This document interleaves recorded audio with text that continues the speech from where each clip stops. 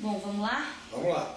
Eu queria que você falasse um pouquinho da sua trajetória, como você começou na TV e no jornalismo.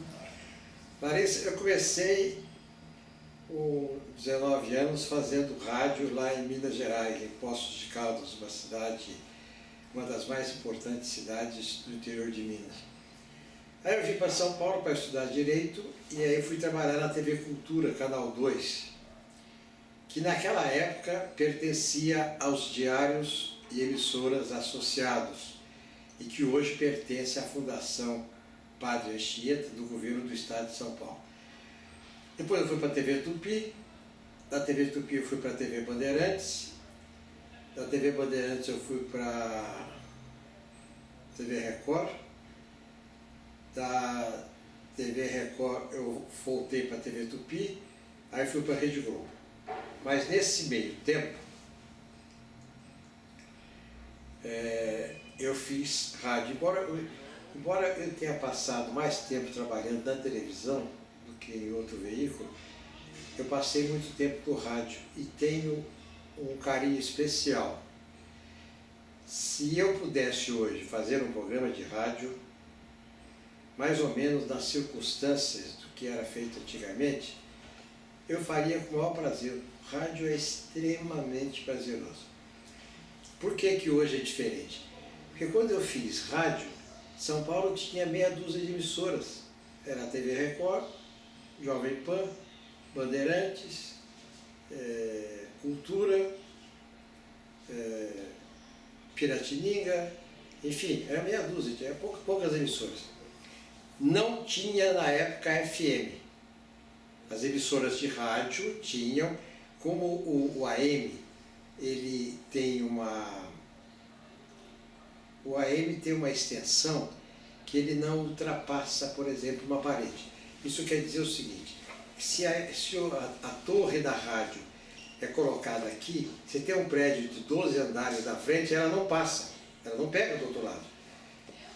Então eles tinham uma outra frequência, ondas curtas, que então o jeito pegava uma emissora de São Paulo, em Minas Gerais, do Nordeste, etc. Um pouco de estática, mas pegava. Aí, por isso é que surgiu o FM. O FM no rádio é uma onda medida, ou seja, o governo diz assim, eu vou conceder uma rádio FM para a Larissa, mas eu vou dar tantos metros de extensão. Então, você não pega a FM em Jundiaí, mas aqui em São Paulo, você pega porque ela bate no prédio, ela atravessa, ela vai embora, coisa tal. Então, o rádio sempre foi Hoje, por que está diferente? Hoje tem 70 emissoras de rádio, é muita coisa para uma cidade como São Paulo. Se bem que prevalecem algumas, de acordo com o gosto das pessoas. Em matéria de jornalismo, você tem a Jovem Pan, a CBN e a Bandeirantes. E você vê que elas transmitem em FM. A CBN transmite a programação de jornal dela no FM. Por quê? Porque o AM não pega bem em São Paulo. É por isso que tudo isso vai mudar daqui a um ano ou dois, quando se criar a TV digital. O rádio também vai ser digital, vai acabar o FM. Aliás, o governo já pediu para as emissoras, quem quer ficar com o FM, quem não quer, para começar a decidir agora. Porque o negócio vai ser na base de apertar o botão. Então, por exemplo, a CBN vai ser 42, a PAN vai ser 41. Você aperta 40, 41, como se fosse um computador. E aí você vai pegar muito bem. Por exemplo, se você estiver na Paulista, a Jovem Pan entra lá, que é uma beleza. Se você estiver aqui do aeroporto, você não pega a Jovem Pan. O que ela faz? Ela transmite os principais programas do FM. E eu queria saber sobre a mídia agora. O quanto você acredita que a mídia ela influencia na nossa cultura, no nosso dia a dia? Porque se um programa de TV em alguma emissora como a Globo, ou o SBT, a Record, que são emissoras que têm bastante audiência hoje em dia, se elas passam que, por exemplo, é bom a pera para alguma certa certa doença. No sábado vai estar todo mundo no mercado comprando a pera para tentar curar essa certa doença. Como você vê isso hoje em dia? Larissa, existe hoje uma posição firmada em duas áreas. Uma área é que eu estou estudando aquele livro ali, que tem 1.500 páginas, tem um trabalho ali do Dr. Marício, eminente advogado criminalista, que ele diz que a violência que leva ao crime, a violência no país é criada pela sociedade, pela própria família, pelos veículos de comunicação. Ele coloca os veículos de comunicação como corresponsáveis pela violência que está aí, pela alteração da conduta. A outra corrente diz que a televisão é simplesmente uma janela aberta, que reflete a paisagem do outro lado, mas ela não cria a paisagem, ela não inventa a paisagem, ela simplesmente mostra a paisagem.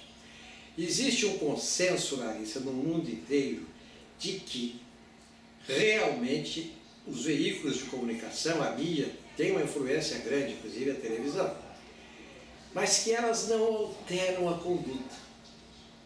Elas simplesmente podem reforçar a conduta. Então, se uma pessoa tem tendência a ser cantor, por exemplo, um cantor ou uma cantora, mas ainda não é, ao assistir a televisão, ele pode se decidir a ser cantor.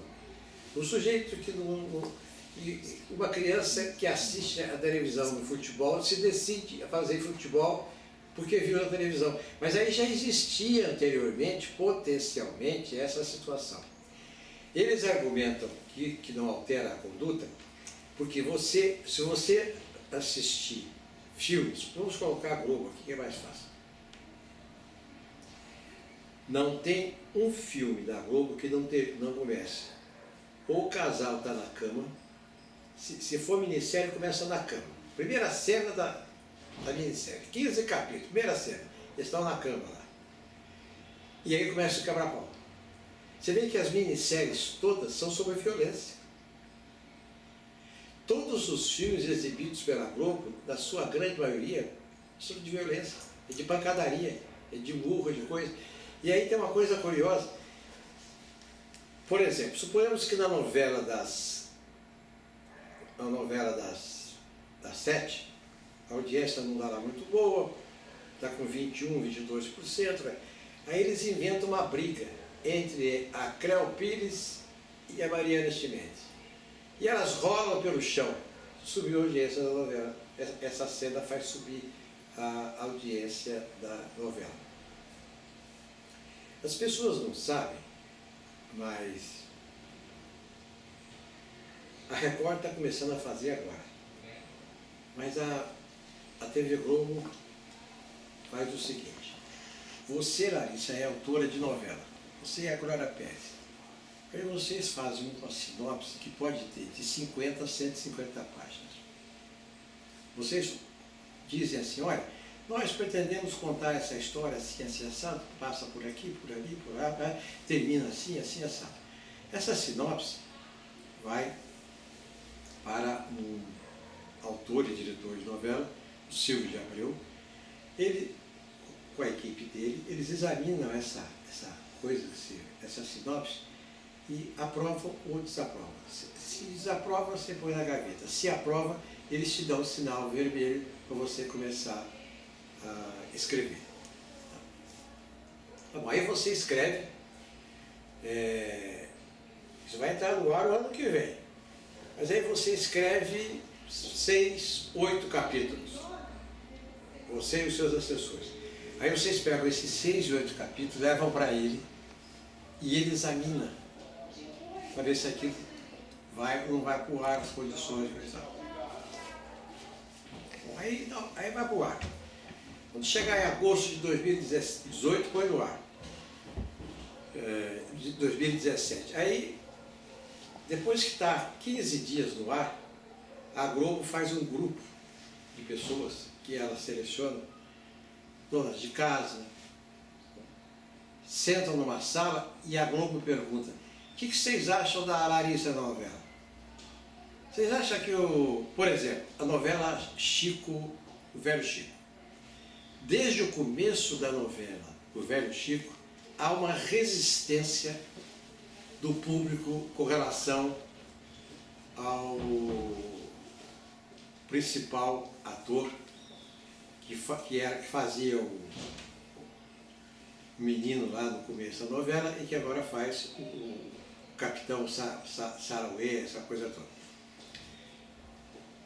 É um dos maiores atores da televisão. O Antônio Fagundes. É um dos maiores atores da televisão, do cinema e do teatro brasileiro. Ele tem cenas de monólogo extraordinariamente bem feitas. Mas se o público não gosta, o cabelo dele, aquele cabelo de mal ajambrado e sempre irritado, quer dizer, essas pessoas desde o começo estão reclamando. Você vê que agora a novela finalmente tirou ele de cena. A novela foi tirando ele de cena, tirando a empáfia dele. Ele agora o que é? Um velho que acha que vai morrer sozinho e que não manda mais nada, porque quem manda agora é o genro dele, que é o deputado. Então você vê que a Record também está começando a fazer isso. Faz o primeiro mês de novela, coloca as pessoas lá, faz uma consulta, e de acordo com essas pessoas, a novela muda ou não. É por isso, Larissa, que a novela não é um produto acabado. Quer dizer, a novela não é uma coisa fechada. Começa aqui, termina aqui. Não, a novela é aquilo que o povo está gostando ou não dela e que eles modificam no caminho. É por isso que o Silvio Santos faz a novela fechada. O que é a novela fechada? O Silvio Santos manda gravar 150 capítulos. Pronto. Põe na prateleira. Daqui 6 meses põe no ar. Aí você fala assim, mas como é? Não tem como alterar. Mas é para criança. O público do SBT é para criança. Então não tem como alterar a história para criança. Você entendeu? Não. A criança não vai reagir dizendo gostei disso, menos daquilo. Não existe isso. A Record agora que começou a fazer isso, porque a coisa não estava dando certo. Ela punha uma novela no ar, achava que aquilo ia dar certo. Mas aquilo já estava gravado até o final, como é que ia mexer? Então não tinha como mexer, a vaca ia pro brejo. Agora já começaram a fazer uma coisa que... Então você vê que a programação de televisão tem um certo cuidado, mas tem muita coisa que você quer ver, por exemplo, o jornal Estado de São Paulo, o jornal Folha de São Paulo, são jornais que têm opinião forte, os editoriais. Quem é que lê esses jornais? O povo de São Paulo, da periferia? Não. Quem lê o Estado de São Paulo é um sujeito que é professor acadêmico, universitário, um empresário esclarecido, um profissional liberal. Quem que lê a Folha? O mesmo critério numa área mais avançada, mais liberal. Então você não tem. Quem é que lê a Veja? Esse mesmo público, principalmente o pessoal universitário. Então o povo brasileiro não lê o Estado de São Paulo, o povo brasileiro não lê a Folha, o povo não lê o Globo, o povo não lê a revista Veja, não lê a Isto É. Esses veículos de comunicação, quando muito, tem 500 mil exemplares. O Brasil tem 200 milhões de habitantes. A Globo, quando a programação da Globo é 16%, você faz a conta, vai dar quanto? 20 milhões de telespectadores? É muito. É uma pancada grande. Mas o país tem 200 milhões. Como é que os outros 200 milhões não são influenciados? Isso aí, para influenciar, teria que influenciar todo mundo ao mesmo tempo, mas não acontece isso. Avisa a Camila que eu gravo depois da Dani. Tá tranquilo aqui, tá? Tá, Eu vou, vai dando uma olhadinha, mas é que tá dando ainda 4 horas de gravação, então não parou nada, tá tranquilo. Tá Já tudo gravou certo, 15 né? minutos, passou de 10, então tá tranquilo. Tá bom. Mas vai dar obrigada. Tá? Imagina. Beijo, amiga. E eu queria saber agora sobre a mídia sensacionalista, que você falou sobre um pouco de violência. Queria saber sobre a mídia sensacionalista, até que ponto você acha que... Sempre existiu. Começou na TV Tupi do Rio de Janeiro, começou no SBT do Rio de Janeiro, que ficou mais ou menos no lugar da TV Tupi, com um diretor que foi um diretor de sucesso na Globo, chamado Wilton Franco, já faleceu. O Wilton Franco produziu 2 programas da TV Globo, da Rede Globo, que fizeram grande sucesso na época. O primeiro era Os Trapalhões. Ele era o diretor dos Trapalhões. Os Trapalhões estavam na TV Tupi, aqui em São Paulo, e foram para a TV Globo. Fazia um sucesso extraordinário, principalmente com a criançada. Ele era diretor desse grupo. Depois ele foi diretor do Moacir Franco, que tinha um programa à tarde, aos sábados, na Rede Globo de televisão. Aí foi diretor disso, daquele, daquele outro. E aí ele fez um programa popular no Rio de Janeiro, chamado O Povo da TV. Aí tinha o Wagner Montes, que hoje tem programa policial no Rio, Sérgio Malandro, tinha o Roberto Jefferson, que fez a delação lá do Mensalão, e que hoje é presidente do PTB, que está se curando de um câncer agora, e que está pesando 80 e poucos quilos, na época ele pesava 140 quilos. Esse pessoal fazia um programa sensacionalista e assistencialista. Miseráveis, cuidavam dos miseráveis, com auditório, que era uma zorra total, era uma audiência grande. Como todo programa sensacionalista, uma hora a casa cai e para. Aí o Silvio Santos comprou um programa chamado Aqui e Agora, da TV Argentina. Foi lá, comprou e aplicou aqui. Que aqui foi feito pela Cristina Rocha, minha amiga, que agora faz o programa de família no SBT durante a tarde. E o meu querido amigo teve aqui um dia desse, o Ivo Morgante. Eles apresentavam no estúdio matérias feitas externamente.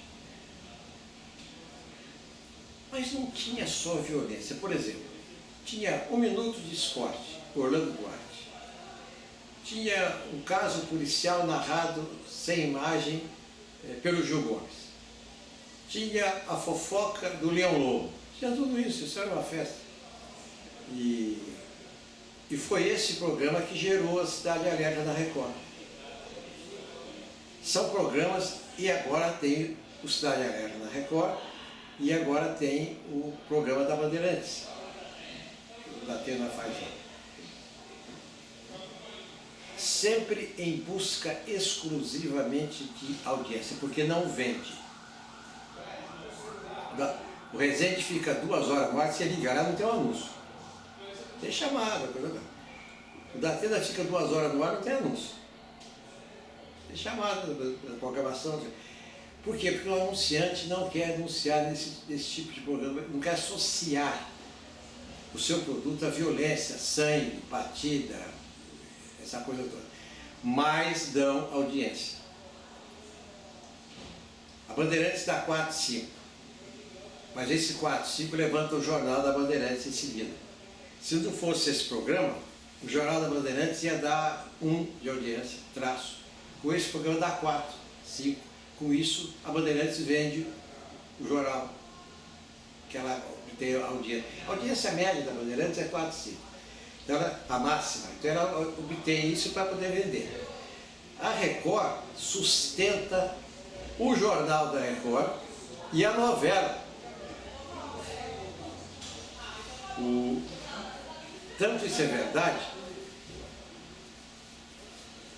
que há pouco tempo a Record teve uma excelente audiência, porque o Aqui Agora dava 10%. Antes de entrar a novela, ele passava para 12, 13. Aí a novela religiosa vinha e tinha 14, 15, foram as maiores audiências que a Record teve.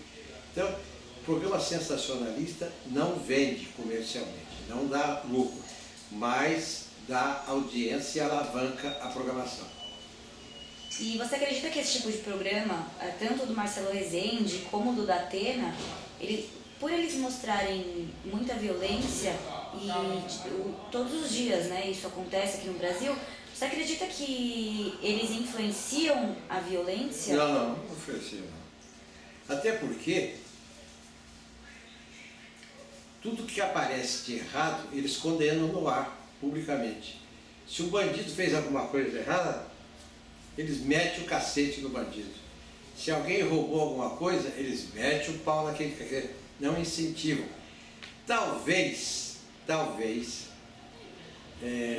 eles criem um ambiente mais radical para a aplicação da justiça. Ou seja, tem que prender, tem que fazer, e a vida não é necessariamente assim. Eles podem estar influenciando pessoas a desejarem mais rigor na aplicação da lei. E, por exemplo, nesses programas aparecem muitas cenas um pouco fortes, digamos assim, até mesmo para crianças. Até que ponto você acha que vai a ética nesses programas? Porque, por exemplo, no caso do Mamonas Assassinas, quando eles morreram anos atrás, foram divulgadas imagens deles por disquetes e por e-mail, naquela época, dos corpos deles lá no acidente. E isso demorou-se assim meses para serem repassadas. Hoje em dia a gente recebe via celular e via e-mail, em questão de minutos, corpos em acidentes. Aquele mesmo do Domingos, da novela que faleceu no Rio, a gente recebeu via internet mesmo, aparece o corpo dele. E na TV isso não aparece, logicamente. Mas até que ponto você acha que vai a ética jornalista em mostrar esse tipo de acidente? Tem duas coisas que você não vê nos programas que estão lá. Execução, uma pessoa atirando em outra pessoa. Você pode ver a distância, um atira, outro atira, a polícia vai a 5 metros. Segundo, a televisão não mostra sangue. Em hipótese alguma, a televisão mostra sangue. Não há mínima possibilidade. Cortou. Outra coisa, suicídio. Não mostra suicídio. Você falou da internet. A internet não tem como, você não tem como controlar. Por que você não tem como controlar? Porque nesse momento, na Avenida São João da Ipiranga, houve uma batida de automóvel, o sujeito foi lançado fora, está caído lá no chão, desmaiado, alguém está com o celular e filma. Até a televisão chegar lá, a cena já foi modificada. E você não tem como segurar isso, porque a internet, o Chico posta lá e acabou. Se for, existe uma coisa que, existe uma parte da população, Larissa, que gosta de ver esse tipo de coisa. Tem gente que gosta de ver. Gosta de ver sangue, gosta de ver o outro sendo jogado para fora do carro, gosta de ver tiro. Não é todo mundo, mas uma parte gosta. E você não tem como controlar, porque hoje, antigamente, antes da televisão, você tinha a sala de jantar das casas, rico, óbvio, tinha um móvel assim, aí tinha um rádio, aparelho de rádio, válvula, coisa. Aí todo mundo, para ouvir o rádio, sentava aqui e ficava ouvindo o rádio, não podia conversar, porque você não ouvia o que está acontecendo lá. Mas aí, os caras achavam que coisa complicada. Quando a pessoa saía de casa, por exemplo, o sujeito que era guarda, o sujeito que era zelador de um prédio, que ia trabalhar a madrugada inteira, ele não podia ouvir rádio, porque o rádio ficava firme na parede lá. Aí criaram o rádio de pilha. O rádio de pilha tirou o rádio do seu local. E o gravador, quando eu trabalhava na televisão, no começo, o gravador era uma peça dessa largura, desse comprimento, dessa altura, com 2 rolos de fita, gravava aqui na fita. E aquilo era levado. Você ia entrevistar alguém, o cara chegava lá, pedia licença, enfiava lá no plug e falava, pode começar a gravar. Aí você gravava. Mas você só gravava com esse negócio aqui. Aí você fazia, aí o filme, a mesma coisa. O filme, toda a reportagem tinha que terminar às 4 horas da tarde. Senão ela não entrava no jornal à noite. Por quê? Porque o filme tinha que ser, tirava o filme, revelava o filme, como se revela uma fotografia, e o sujeito com uma lâmina Gillette ia editando aquela fita. Tá bom. Aí evoluiu para o quê? Para o gravador portátil e para a câmera de televisão que filma, e agora é cartão. Agora não filma mais, não tem mais a película, agora é cartão. Então você vê que tudo isso vai sendo ampliado de uma forma que antes não existia. Hoje, nos Estados Unidos, algumas emissoras americanas fazem o seguinte: eles compram uma câmera que custa R$500 aqui no Brasil. Você vai lá na Santa Efigênia, tem, desse tamanho, R$500. E eles pegam essas câmeras e entregam para várias pessoas, estudantes de comunicação, guarda, papá, o cara que fica no prédio. Diz, olha, se acontecer alguma coisa que você acha que dá notícia, você filma e narra em cima, explicando como é que é. Olha, eu estou aqui, o cara tá babando aqui, ninguém sabe o que é, coisa e tal, eu estou aqui na rua tal, com a rua não sei o que, vai filmando. Aí ele termina aquilo, ele vai no computador e passa essa matéria para a televisão. Se a matéria for utilizada na televisão, ele ganha $500. Então veja bem, isso aí você tem uma área de cobertura que é uma coisa extraordinária. Você pode pegar a cidade e esquadrinhar a cidade, colocando uma câmera na mão de uma pessoa, uma câmera na mão de outra pessoa, na outra pessoa. Essas pessoas, às vezes a pessoa passa uma semana sem ver nada, no outro dia ela viu alguma coisa, uma batida de carro, um tiroteio, sei lá, um artista famoso que passou, estão dizendo que a Angelina Jolie separou do marido. Então, você entendeu? Então hoje não tem como, a internet fez uma... É por isso que nós estamos tendo um problema agora. Quando você assiste o Jornal Nacional, você não presta muita atenção, você tem a impressão de já estar sabendo tudo aquilo que ele está falando.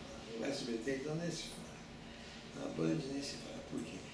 Porque a rádio fica o dia inteiro, as emissoras de rádio aí, aconteceu isso, aconteceu aquilo, está acontecendo aquilo, entrevista fulano, porque falou Beltrano, e como se não bastasse, as plataformas da internet têm noticiário de minuto a minuto. Você entra no UOL agora, está escrito assim, 16h40, o presidente Michel Temer deixou os Estados Unidos. 16h41, o ministro fulano de tal falou isso, assim. 16 não sei o que, é online, 24 horas. Todo mundo, o cara está assistindo isso. Ainda tem um outro elemento. Você entra agora na Folha de São Paulo e no estado de São Paulo e você vê o resumo do noticiário que está na banca hoje. Aí, aí quando chegar no fim de semana, você toca para a Veja publica um resumo da edição que vai estar na banca dali 10 horas. Então é um volume de informações de tal forma que todo mundo acaba sendo atingido. Antigamente não era. Hoje acontece uma coisa, porque você comenta com o rapazinho ali, ele fala, ouviu na internet, ouviu em algum lugar, porque a coisa está... Então isso faz com que ou o jornal de televisão procura uma outra forma, ou então não vai ter o prestígio que tinha antes. O Jornal Nacional antes era um negócio assim... Hoje está lá com 25, 26, ninguém... Porque ele também não pode inventar, ele tem que falar sobre a viagem que teve aos Estados Unidos, que todo mundo já sabe. Tem que falar da bomba em Nova York, que é o desdobramento. Então, coisas que já... Você acredita que existe uma outra forma de fazer o jornalismo? Porque essa forma que existe, que a gente faz e que a gente faz aqui na TV, que as outras emissoras também faz, é uma forma padrão, né? É. E você acredita que existe uma outra forma de fazer esse tipo de jornalismo? O João Batista Lemos, de saudosa memória, que foi o primeiro diretor de jornal da televisão brasileira, ele dirigia o Repórter Esso. O Repórter Esso da TV Tupi tinha 15 minutos por dia. 15 minutos. E Diário de São Paulo na TV vai estar às 11 horas. Depois ele foi ser editor do JP, Jornal do Brasil, que foi um dos jornais mais inteligentes, mais revolucionários do país. Ele era chefe. Quando ele era chefe de reportagem, ele dizia assim, meus amigos, vamos agora criar uma pauta criativa. Olha aqui. Não adianta você ser um bom repórter. Ser um bom repórter é a sua missão. Mas para você ser um grande repórter, você tem que ter sorte. Se você não tiver sorte, você não vai fazer a grande matéria. Mas para fazer sorte, não pode ser por acaso. Você tem que criar alguma coisa, tem que ser criativo. Vamos criar alguma coisa para ser acrescentado hoje. Aí vai por associação de ideia. Hoje, em Brasília, hoje, tem uma recomendação de utilização de água, porque daqui 74 dias, se não chover 15 dias seguidos em Brasília, não vai ter água na população, nem no presidente da República. Isso quer dizer que não vai ter água, porque não vai chover 15 dias seguidos. É por isso que eles estão fazendo uma campanha para a pessoa usar menos água, para coisa e tal, blá. Então, isso aqui é uma pauta criativa, porque ninguém está sabendo disso. A pessoa pode desdobrar isso. O que está sabendo é que existe seca na região centro-oeste e seca no nordeste, mas ninguém está sabendo que em Brasília está essa situação. Por quê? Porque é uma situação local. A notícia não interessa ao país se Brasília vai ter água ou não, interessa a Brasília especificamente. E assim, voltando agora um pouco sobre esse meio da polícia, da violência, eu queria saber assim, você acredita que existe uma diferença do tratamento policial para uma região de classe média alta para uma região da periferia? Porque, por exemplo, se a gente pergunta para quem mora na periferia se eles gostam da polícia, normalmente eles respondem que não, que eles não gostam, que eles têm medo da polícia. E que se eles veem uma polícia ali onde eles moram, eles não sabem se eles vão voltar vivos, se essa polícia vai matar eles sem motivo algum. E às vezes a gente faz essa pergunta para quem mora na classe média, se eles gostam da polícia, normalmente eles gostam, porque eles se sentem protegidos. E você acredita que existe uma diferença da polícia para a classe social? Não só da polícia, existe uma diferença social.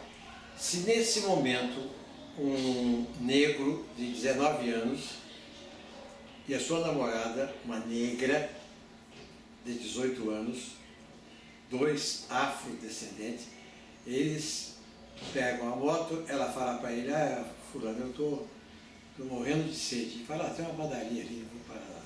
Aí ele para a moto, eles descem, tiram o capacete e entram na padaria de Pinheiros. Todo mundo olha o rabo do olho. E a primeira coisa que ocorre, quem está lá, será que eu vou assaltar aqui? Será que são dois assaltantes? Isso é social, isso não tem... Outra coisa, a periferia, como é uma terra de ninguém, a polícia já chega chutando o balde. Você entendeu? Como a classe média é um lugar onde você não pode chutar o balde, porque tem repercussão, porque a pessoa é amiga do deputado, é amiga do vereador, é amiga do não sei de quem, quer dizer, socialmente importante, entendeu? Você tem que agradar essa pessoa. Agora, a periferia não. Tanto isso é verdade que a maioria das pessoas que são presas em São Paulo, diariamente, é negro, afrodescendente, pardo, entendeu? E de vez em quando um branco. E você acredita que pela mídia passar muito casos de violência e casos de tudo que a gente vê, né, de estupro, de suicídio, enfim, por isso passar diariamente pra gente, porque se a gente liga no Datena, se a gente liga no Marcelo Rezende lá, a gente vai ver algum caso que aconteceu, ou a mãe matou o filho, ou o filho matou a mãe. Você acredita que isso virou banalizado aqui no Brasil, por existir essa mídia mais sensacionalista, por a gente ver isso sempre? Da mídia não necessariamente, mas a vida humana está banalizada no Brasil. Ninguém se preocupa mais. A televisão diz assim, fulano de tal morreu, então tirou. As pessoas ficam impressionadas quando morre um ator famoso, como aconteceu com o Domingos. Ou seja, você tinha uma relação pessoal com ele. Você assistia a novela. Ele falava para você na novela. Ele era uma pessoa que estava lá na sala da sua casa. Aí ele morre no Rio, causa uma comoção nacional. Porque ele era um ator e porque um ator que estava no ar. Você não morreu, por exemplo, o Peninha ontem, foi um grande músico, e daí? Vai dar uma noticinha de jornal desse tamaninho. Porque não está em evidência, não está Então as pessoas só se preocupam com morte de gente famosa. Se não for famosa, ninguém toma conhecimento, quer que se rale. E como que é a relação, para você que já trabalhou em programas policiais, jornais policiais, como é a relação de quem trabalha no programa com a polícia? O que a polícia passa para o pessoal do jornal ou do programa? Primeiro, você tem um contato com as centrais de comunicação. Então, vamos falar da Polícia Militar. A Polícia Civil não faz ronda ostensiva. A Polícia Militar tem um departamento de comunicação, tem um camarada que dá informação, e ela recebe informação. Primeiro, quem recebe informação em São Paulo é ela. Aconteceu um negócio, o policial comunica. Estou aqui em tal lugar, começou o tiroteio, ela é a primeira que faz. Estou em tal lugar, assim, tem incêndio. É ela, a Polícia Militar, que sabe. Muitas vezes ela repassa essa informação para os veículos de comunicação, passa para todos. Passa para o Datena, passa para o Rezende, passa para a Folha, passa para o Estado, está acontecendo isso assim. Passou, apertou o botão, passou. A Folha vai publicar ou não, o Estado vai publicar ou não, o Datena vai dar ou não, geralmente dá. Entendeu? E sequestro. 5 pessoas estão sendo sequestradas no prédio, lá. O repórter está aqui do lado de fora e a produção do Rezende está ligando para o cara lá, da Polícia Militar. Quantos tem lá? Que vocês já sabem aí? E o cara passa e ele dá no ar. Então mantém uma relação. Evidentemente, um ou outro membro da Polícia Civil e Militar mantém uma relação mais próxima do apresentador. Mas o cara quer checar alguma coisa, liga pro cara, ou então ele pergunta: qual é o policial que está lá de plantão, tal lugar? Fulano de tal, você pode, por favor, me dar o celular dele? Aí a televisão liga pro cara que está lá no... Ô fulano, aqui da Record, não sei o quê, blá, blá. Eu estou com o repórter na frente, o que mais está acontecendo? Isso acontece periodicamente. Agora, não há influência nenhuma da Polícia Militar querer que a televisão faça isso, faça aquilo. E, por exemplo, nos casos que a gente vê e viu quando existem manifestações, que vão muitos jornalistas para cobrir essas manifestações, ou para fotografar para algum site, ou para algum jornal, ou para mesmo filmar. E às vezes esses jornalistas, a gente viu agora nessa última manifestação, e até naquelas manifestações de 2013 que houve, que muitos foram agredidos. E como você vê isso? Você acha que o jornalismo ele tem que ir mesmo na manifestação? Você acha que o erro é da polícia em agredir sem saber quem é? Ou que é do jornalista em estar ali no meio?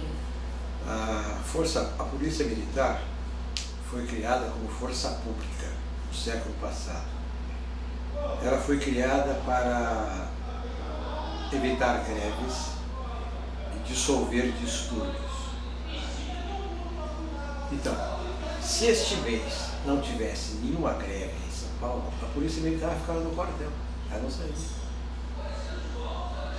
Ela só saía para levar de greve, não ter quebradeira, algum comício que ia fazer e tal, mas ela ia se recolhia lá. Durante a Revolução, a ditadura militar de 64, o presidente Humberto de Alencar Castelo Branco deu às polícias militares autoridade para policiamento preventivo, ostensivo, Aí elas vieram para a rua. E elas fazem o quê? A prevenção e o confronto. A Polícia Civil faz o quê? O processo, o inquérito policial, a investigação, mas o confronto, você não vê policial civil na rua fazendo ronda, quem faz é a Polícia Militar. Muito bem. Esta polícia não foi treinada para manifestações pacíficas. Se você for na França amanhã, tiver uma manifestação, eu vi isso lá, a polícia faz uma barreira aqui, ó, dezenas de policiais. Eles não permitem que o manifestante agrida a pessoa que está aqui no passeio, mas também não permite que o cara que está no passeio enche o saco do cara da manifestação. Eles estão lá para quê? Eles estão lá para proteger a manifestação. É um problema cultural na Inglaterra, está lá para proteger. Mesmo assim, de vez em quando tem quebra-pau. Você assiste a televisão aí, bomba de gás lacrimogêneo, porque quer ir para um lugar, não pode passar para o outro. Aqui está começando agora uma necessidade da Polícia Militar ter uma atuação de proteção de quem está se manifestando. Agora, tem gente que acha, primeiro tem gente que acha que o ideal da manifestação é um cadáver. Não pensa você que não tem gente que pensa nisso, que pensa. O ideal aqui seria aparecer um cadáver que a gente deita e rola. Como não tem cadáver, vamos partir para o pau. Você vê que